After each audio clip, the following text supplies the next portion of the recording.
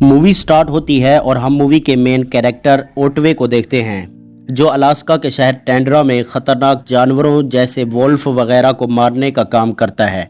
और टेंड्रा एक ऐसी जगह थी जहां पर हर तरफ बर्फ़ ही बर्फ़ थी और यहां पर ख़तरनाक भेड़िए बहुत ज़्यादा थे, जिससे यहां के रहने वाले लोगों की जान को ख़तरा था। और वहां पर तेल की एक फैक्ट्री थी जहां पर काम करने वाले लोगों को जो ख़तरा था, ओटवे और उसकी टीम का काम उनकी हिफाजत करना था।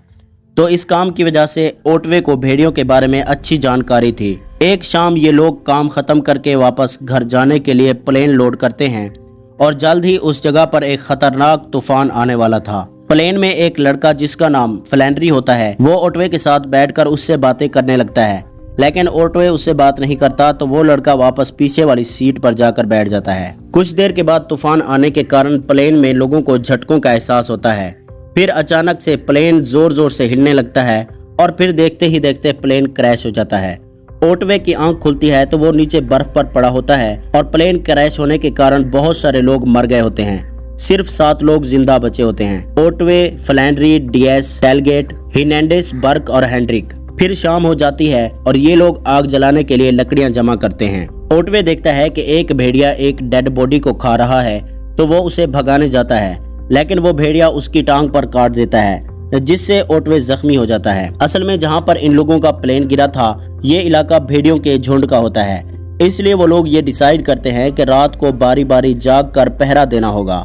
सबसे पहले ओटवे पहरा देता है और सबसे आखिर में हिर्नांडेज की बारी थी, तो उसकी लापरवाही की वजह से एक भेड़िया उस पर अटैक कर देता है और सुबह उन लोगों को उसकी लाश मिलती है। अब 6 आदमी जिंदा बचे होते हैं। ओटवे उनसे कहता है कि हमें जंगल के रास्ते से आगे बढ़ना होगा। उन लोगों के पास ओटवे की बात मानने के अलावा कोई रास्ता नहीं था, इसलिए ये सभी ओटवे के बताए हुए रास्ते पे चलने लगते हैं। रास्ते में मौसम खराब होने की वजह से फिर से तूफान आने लगता है। फ्लैंडरी उन सब में पीछे होता है तो बहुत सारे भेड़िए मिलके पीछे से उस पर अटैक कर देते हैं और उसे भी मार देते हैं। बाकी लोग उसे बचाने के लिए भागते हैं, मगर तूफान तेज होने की वजह से ये लोग चूक जाते हैं। अब बाकी 5 लोग बचे थे। डिएस कहता है कि हमने ओटवे की बात मानकर गलती की, हमें प्लेन के पास ही रहना चाहिए था, लेकिन अब क्या किया जा सकता है। उन्हें चलते चलते पूरा दिन हो गया था और अब शाम होने को थी। एक भेड़ियों का झुंड उनकी तरफ बढ़ने लगा था और ये सभी बड़ी मुश्किल से जंगल में पहुंचे हैं और आग जलाते हैं। चारों तरफ से अंधेरे में भेड़ियों की आवाज़ें आ रही थी।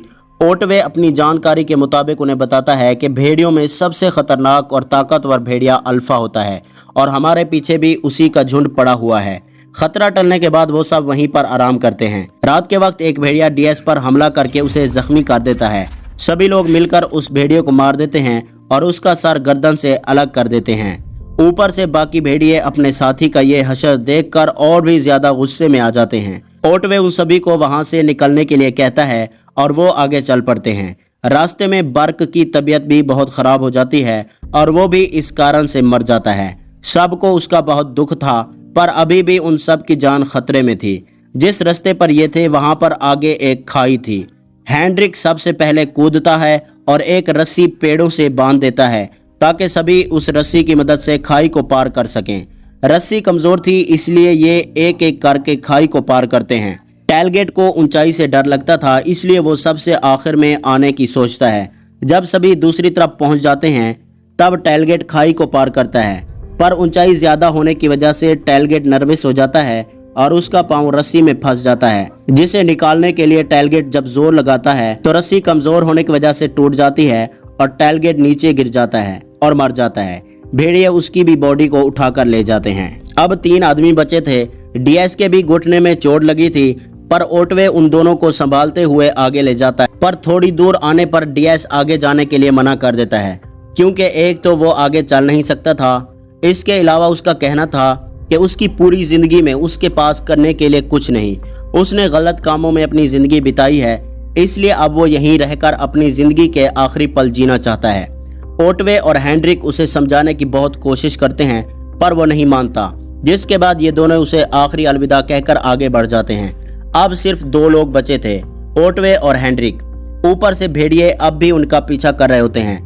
रास्ते में एक नदी पार करते हुए हेनरिक उसमें गिर जाता है और उसका पैर नीचे 2 पत्थरों में फंस जाता है, जिसे ओटवे और हेनरिक निकालने की बहुत देर तक कोशिश करते हैं, पर नाकाम रहते हैं। आखिरकार पानी में दम घुटने की वजह से हेनरिक की भी मौत हो जाती है और ओटवे बहुत ज्यादा अपसेट हो जाता है और मायूस होकर एक चट्टान के सहारे बैठकर ऊपर देखने लगता है।